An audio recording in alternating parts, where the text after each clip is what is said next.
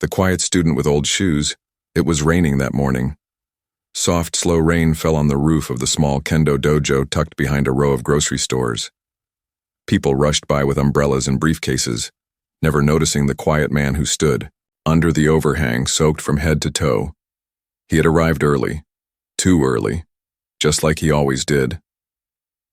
He wore a simple black hoodie, worn-out jeans, and old running shoes that looked like they had survived 100 walks. The wooden sign above, the door read Yamato Kendo Club.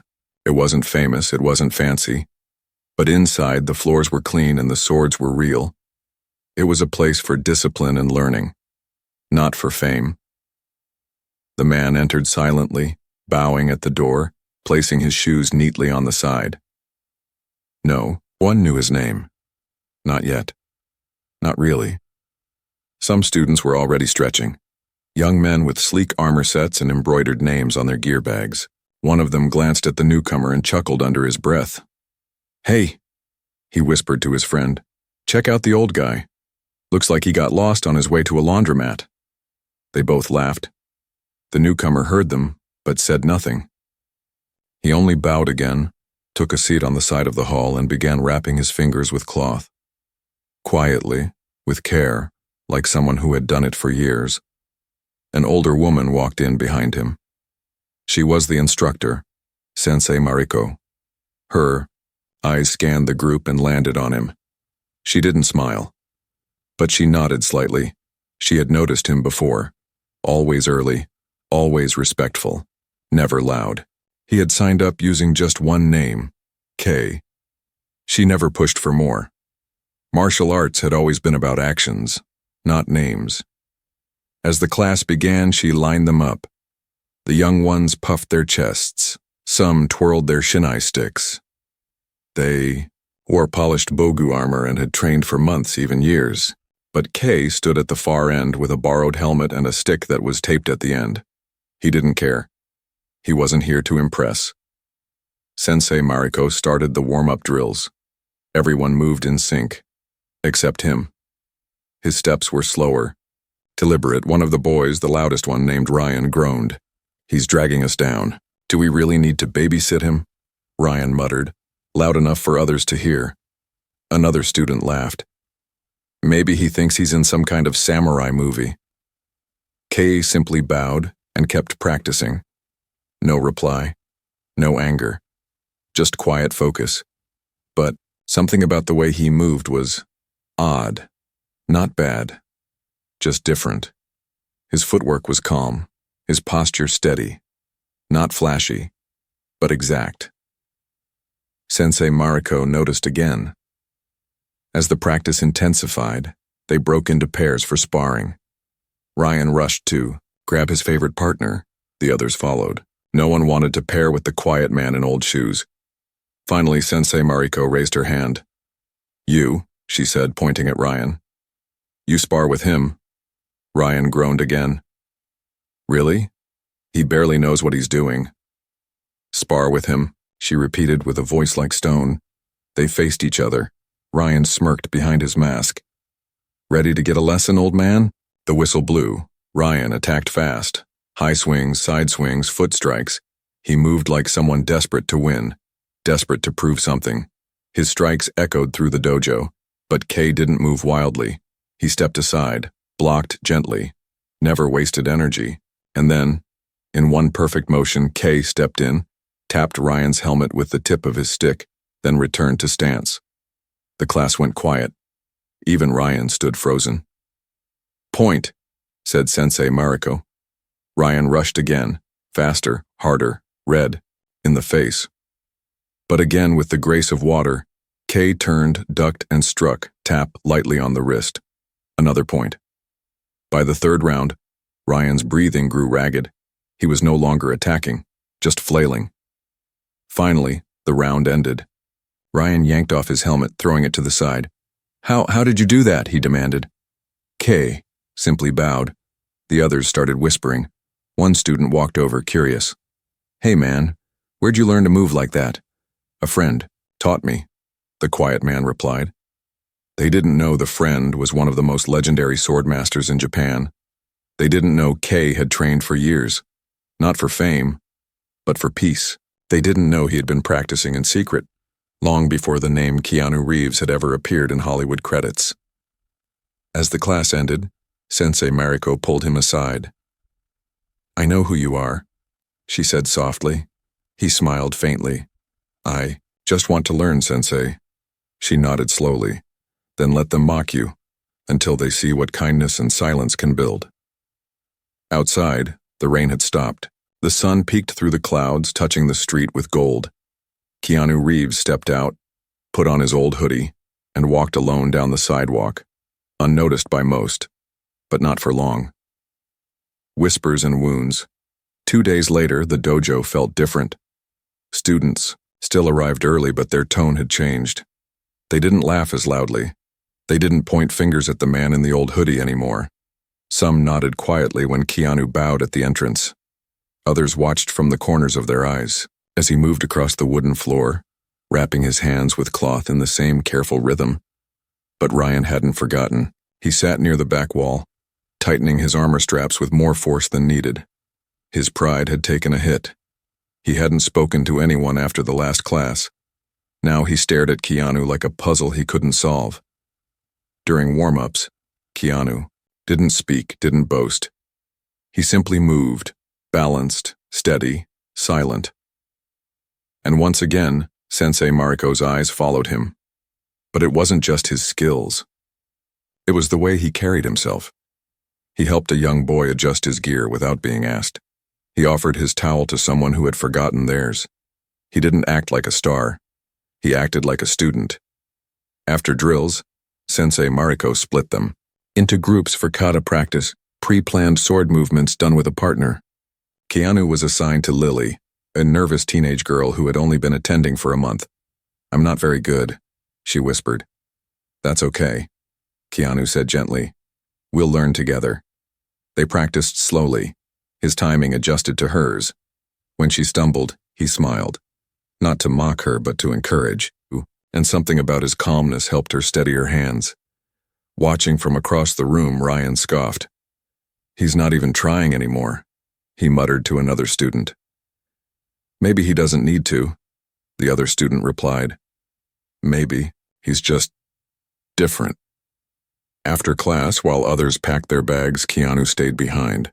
He bowed to Sensei Mariko and asked, "May I clean the floor?" She looked at him surprised. "You don't have to. I know," he said simply. So he swept the wooden floor with care as if it were sacred. Some students paused, unsure what to make of it. "Why's he cleaning?" Ryan said, standing at the door. "Trying to impress someone?" Keanu glanced up, not angry, just thoughtful. "I clean because this place teaches me." Sensei Mariko heard that. She smiled faintly to herself. Later that week, something unexpected happened. Ryan didn't show up, and the next week, still no sign of him. Others began whispering. Some thought he had quit out of shame. Others said he was training alone to beat Keanu. But the truth was harder. One evening, as Keanu walked out of the dojo, he noticed a figure across the street, leaning against a wall. It was Ryan. His arm was in a sling, and he looked tired. More tired than a young man should. Keanu walked. "Over quiet as always. You okay?" he asked. Ryan didn't look at him at first. Then he sighed. "Bike crash," he muttered. "Was being stupid? Broke my wrist." Keanu didn't laugh. He didn't even flinch. "That's hard," he said softly. Ryan finally looked at him, eyes filled with frustration. "Why are you nice to me? I mocked you. I treated you like a joke."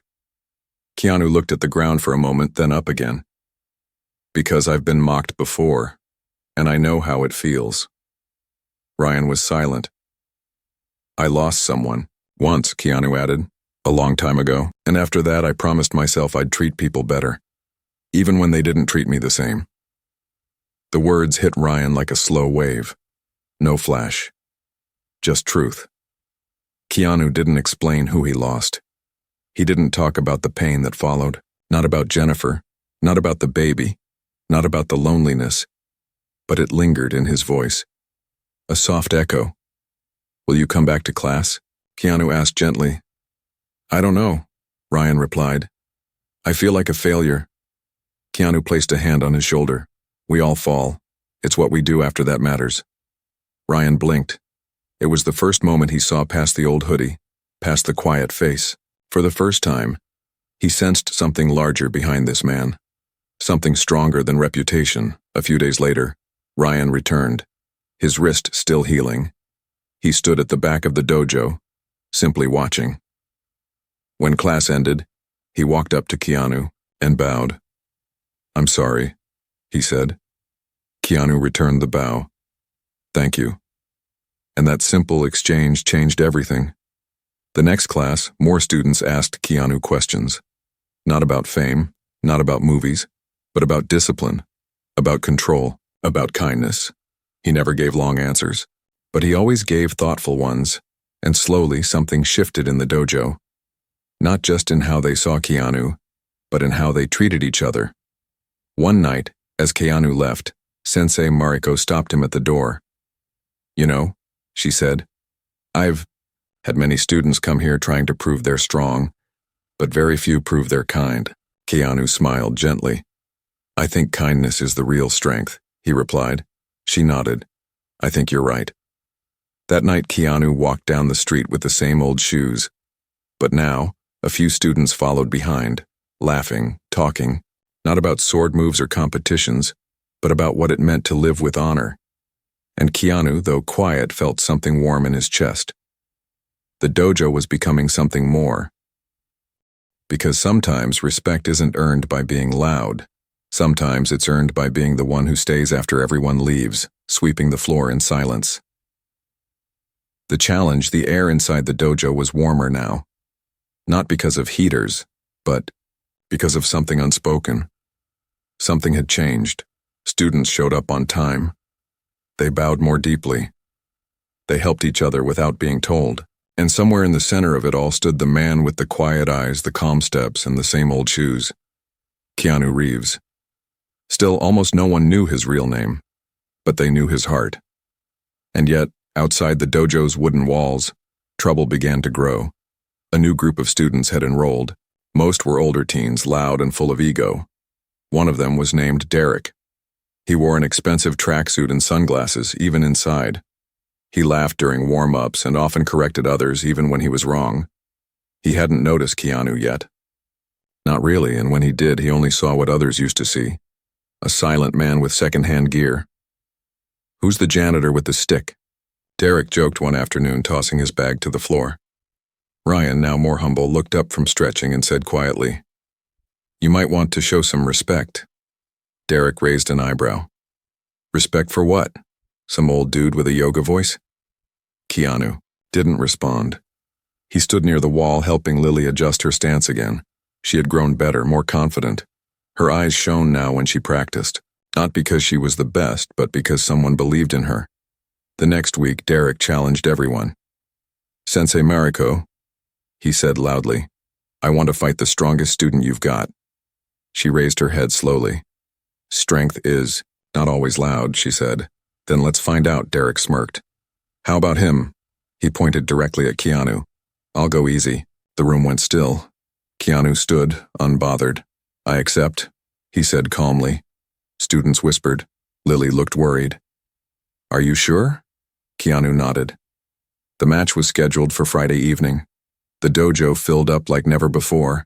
Even former students came to watch. Word had spread about a quiet man who moved like water, who carried himself like a monk, who had once brought Ryan to his knees with a single strike. The lights overhead buzzed softly as the two stood across from each other. Derek bounced on his feet, swinging his shinai in wide arcs. Keanu simply bowed, then took his stance. His hands loose, his body still, like a pond before a ripple. "Try not to cry." Derek grinned. The whistle blew. Derek charged fast and loud, his stick slicing the air. But Keanu didn't step back. He stepped forward. Just one step, angled his body, turned his wrist, and top a clean strike to the chest. The room gasped. "Point," said Sensei Mariko. Derek blinked. He rushed again, angrier. This time Keanu waited longer, absorbing the movement, shifting his weight, ducking lower, and Tapa hit to the side. Second point. Derek roared. You got lucky. But even as he swung wildly, Keanu's face stayed calm. When the third strike landed, soft, swift, and sure, it wasn't just a win, it was a lesson. Derek dropped his shin-eye, sweat dripping. Who are you? He finally asked, panting, and Keanu bowed. Just a student, he said, but Sensei Mariko stepped forward. You asked for the strongest student, she said, and you were given one. After the match, something strange happened. Derek didn't storm out. He sat, on the bench. Head low, quiet. Later, Keanu approached him with a bottle of water.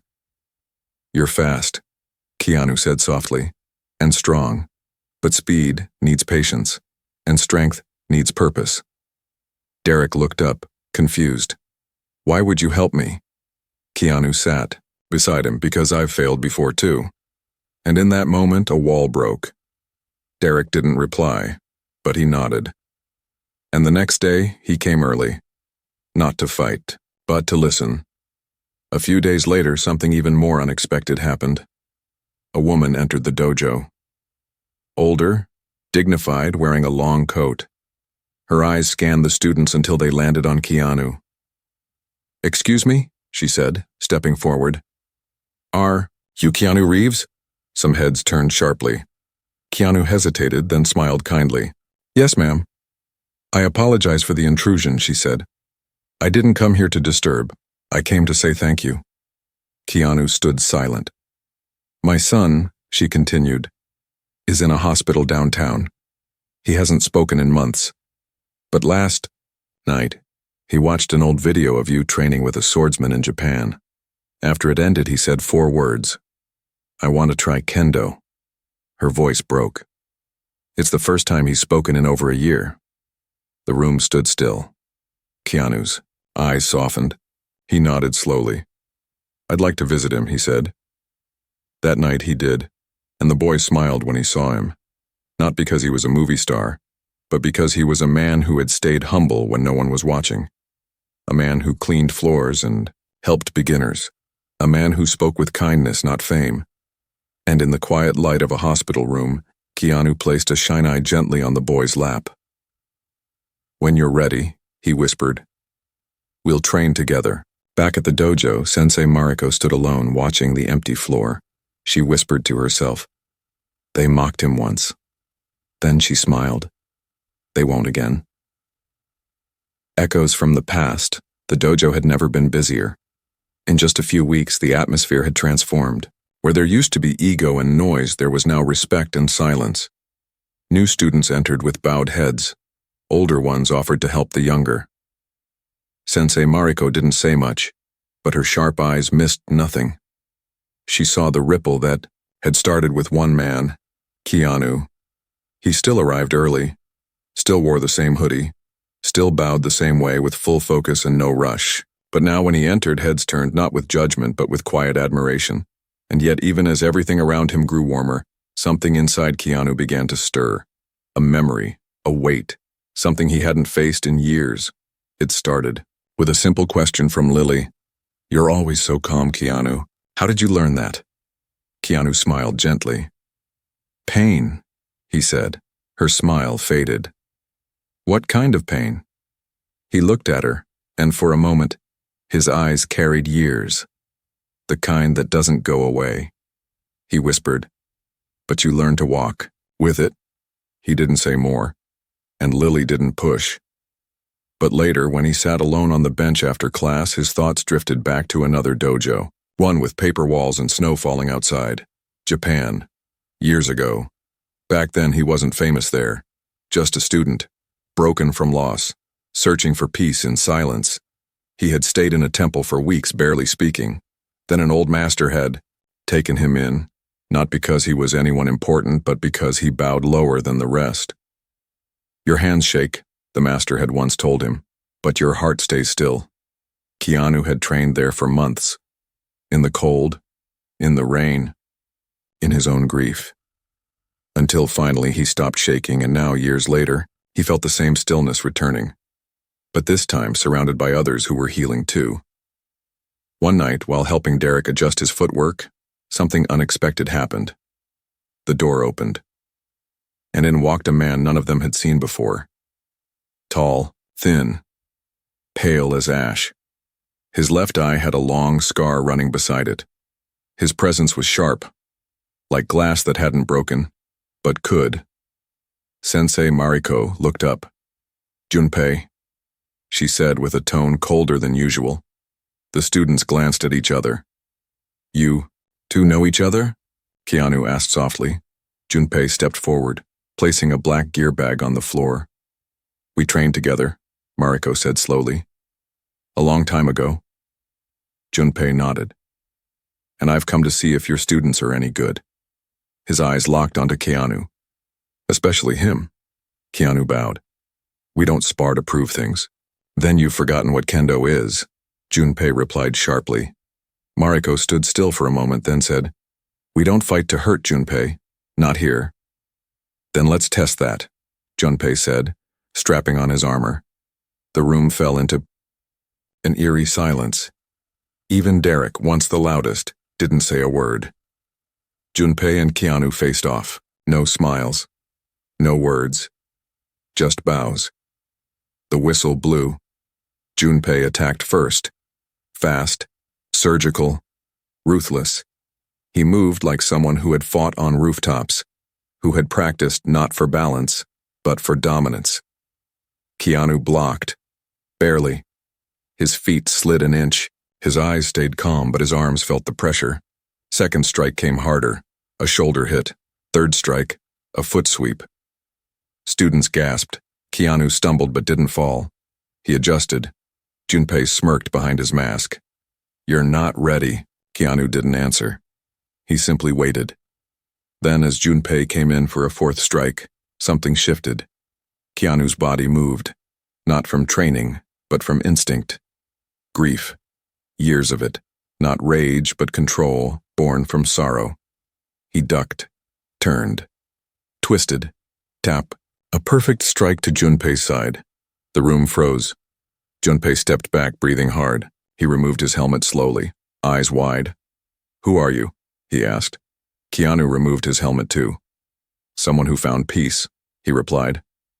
Junpei said nothing, but he bowed. Deeply.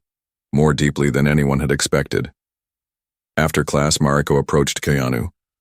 "He wasn't here just for a spar," she said quietly. "He wanted to see if you were the real thing." "What do you think he saw?" Keanu asked. "Not just a fighter," she said. "A healer." Outside the dojo, rain started falling again, just like the first day Keanu had entered. But this time he wasn't alone. Derek walked beside him, holding an umbrella. Lily followed, carrying her shinai proudly. Ryan trailed behind, headphones around his neck but eyes forward. "Keanu?" Lily said suddenly. "Do you ever get tired?" He smiled. "All the time," he said. "But when I help someone, I feel lighter." And she nodded, understanding, because now the dojo wasn't just a place to swing sticks. It was a place where wounds were seen, where silence was safe, where kindness was power. And Keanu, once mocked for being too quiet, had become the heart of it all. The Broken Bladed was a quiet Sunday morning when the storm came, not of wind or rain, but of pain. Keanu arrived early as usual. The dojo was still locked. He sat on the stone steps outside with a cup of tea he'd brought from home, his hands wrapped around the warmth. The world around him was still asleep. Cars were silent. Birds hadn't yet started singing, but his thoughts weren't still. They had drifted to an old letter he'd found that morning in a box. A letter from Jennifer. Old handwriting. Soft ink. Words written during a time when life still had promises in it. It had shaken him more than he expected. He stared at his tea as if it could explain things. Then the sound of small feet running caught his ear. It was Lily. She ran up with a wide smile. "Keanu, guess what? I made it to the youth sparring finals next week." He smiled back gently, the pain in his eyes hidden well. "That's amazing, Lily. You earned it." She nodded proudly, then sat beside him. "Were you crying?" she asked suddenly. Keanu blinked. He hadn't noticed the tears. He wiped them quickly and chuckled. "Just remembering something." "Someone you miss?" she asked softly. He paused, then nodded. "Yeah. Someone I miss every day." She didn't say anything more, just sat quietly beside him, both of them, watching the sunlight grow across the parking lot. Inside the dojo, that day's practice was different. Sensei Mariko announced that an important guest would be visiting next week, a grandmaster from Tokyo. Someone who had trained Olympic-level fighters, someone who would assess the dojo students, possibly even recommend one for international study. Everyone was stunned. The pressure filled the room like heat. "I'll go all out," Derek said, fire in his voice. "We'll all train harder," Ryan added. Keanu didn't say anything. He simply bowed. The rest of the week became intense. Students arrived early, stayed late, practiced until their hands blistered. Keanu, too, trained harder than usual, but not for fame, not for selection. He trained to be present, to focus, to quiet the memories inside. But on Thursday evening, something unexpected happened. As Keanu sparred with Ryan in a demonstration round, something felt wrong. His foot slipped slightly. Not much, but just enough. And then, crack, his shinai splintered mid-strike, the jagged end scraping across his knuckles. He winced and stepped back. Blood trickled from his fingers. Gasps filled the room. "Keanu!" Lily rushed forward with a towel. Others followed, but Keanu stood still. Not because of the pain, but because of what it reminded him of. Years ago in Japan, he had injured his hand in a similar way. That injury had led to an infection. He'd missed weeks of training. Worse, it had been the same week Jennifer was in the hospital, and he hadn't been there in time. Now, as he looked at the blood on his hand, the memories came crashing back. "Keanu," Mariko said gently, "you should rest." He shook his head. "No, I'm fine." But his voice cracked. Just a little. Sensei Mariko looked at him deeply. "Not every fight is physical," she said softly. He nodded, eyes lowered. That night, Keanu walked home alone, slower than usual. When he arrived, he sat on the floor beside his small altar. There was a candle, a photo, and the letter. He read it again, this time aloud. "If you ever feel lost, go back to where you found peace. That's where I'll always be waiting." Tears rolled down his cheek silently. He didn't sleep that night. The next day, he didn't show up to class. Lily waited by the door. Derek paced back and forth. Ryan checked his phone. "He's never missed a class," Lily whispered. Sensei Mariko only said one thing: he will return, but not as the same man. And she was right. 2 days later, Keanu walked back into the dojo with a bandage around his hand but a new light in his eyes. Not fiery, not hard, but calm. Peaceful. "I had to remember something," he said when asked. "What?" Lily asked. "Why I started this journey," he said. "Not to be strong, not to be better, but to forgive myself." They didn't understand fully, but they didn't need to. That evening, Keanu sat with the students and told them something he'd never shared. "I lost my partner and my daughter a long time ago," he said, voice soft. Gasps filled the room. "I didn't speak to anyone for weeks after that. I left everything, the films, the money. I went to Japan to find silence, but what I found was purpose." "Purpose?" Ryan asked. Keanu nodded. "Through this," he said, holding up the broken shinai he had kept, now tied with string. "Through discipline, through kindness, through patience, I found myself again." The room went silent. Keanu placed the broken sword on the floor and bowed. "This dojo saved me. And maybe it can save others too." The next morning, the story spread, not because Keanu told it to the world, but because someone in the room, perhaps Lily, posted a single photo online. Keanu Reeves, kneeling beside a broken wooden sword with a caption, "Even in pain, he teaches peace." It went viral overnight, but Keanu never mentioned it. Instead, he kept practicing, quietly, gently, purposefully. He had broken, but not to stay broken. He had returned, not for glory, but for healing. The grandmaster's bow day had arrived. Sunlight broke through the dojo windows in soft golden beams. The students stood straighter. Uniforms were crisp, swords polished. There was a feeling in the air, like the moment before thunder, silent but full. The grandmaster, from Tokyo, had arrived. His name was Master Daichi, white hair tied behind his head, eyes sharp like blades, yet his voice was soft, slow, and carried a weight deeper than age. He bowed to Sensei Mariko, then turned to the students. "I will observe," he said, "but not for skill, for spirit." One by one, students stepped forward, performing kata drills and sparring sequences. Derek was fast. Ryan showed great control. Lily moved with balance and grace far beyond her age. But Keanu stayed at the back. His hand was still, wrapped, but he had healed more than his skin. He wasn't sure if he would be asked to perform. He didn't mind. He had already won his peace. But then Master Daichi turned to him. "You," he said gently. "Will you show us something?" Keanu bowed. "Of course."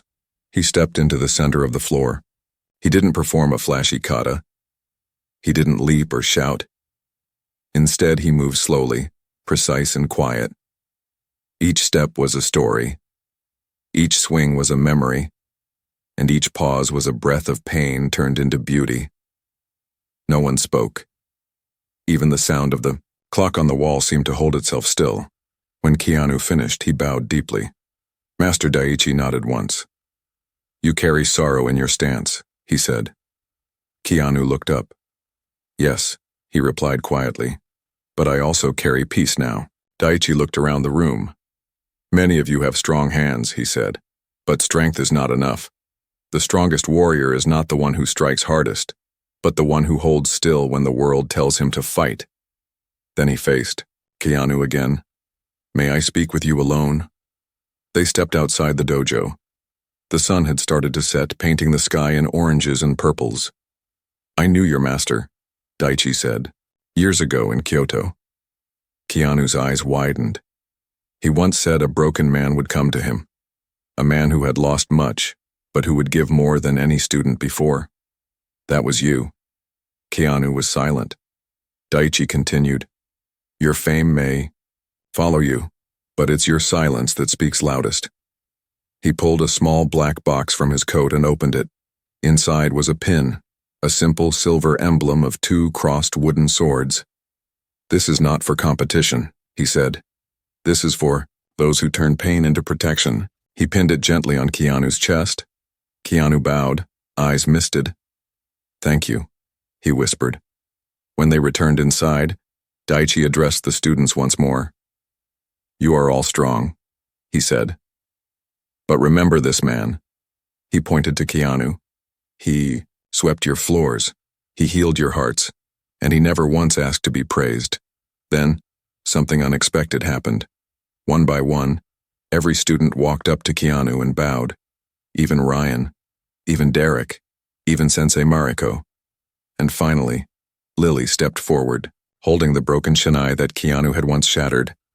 "I fixed it," she said softly, "like you helped fix us." Keanu knelt, took the repaired sword and held it with reverence.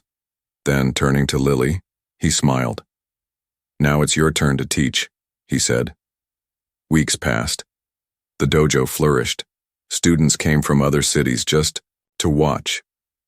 Not because of Keanu's name, but because of what the place had become. A place of honor, a place of healing, a place where humility had more value than medals. Keanu stayed, not as a master, not as a star, but as a student. He taught quietly, encouraged often, and every now and then, when no one noticed, he would sweep the floor with the same old broom. And outside, in the corner of the courtyard, Lily planted a tree. Beneath it, she placed a small wooden sign. It read, "In silence, he changed everything." And in that silence, the wind moved through the leaves, as if whispering thank you.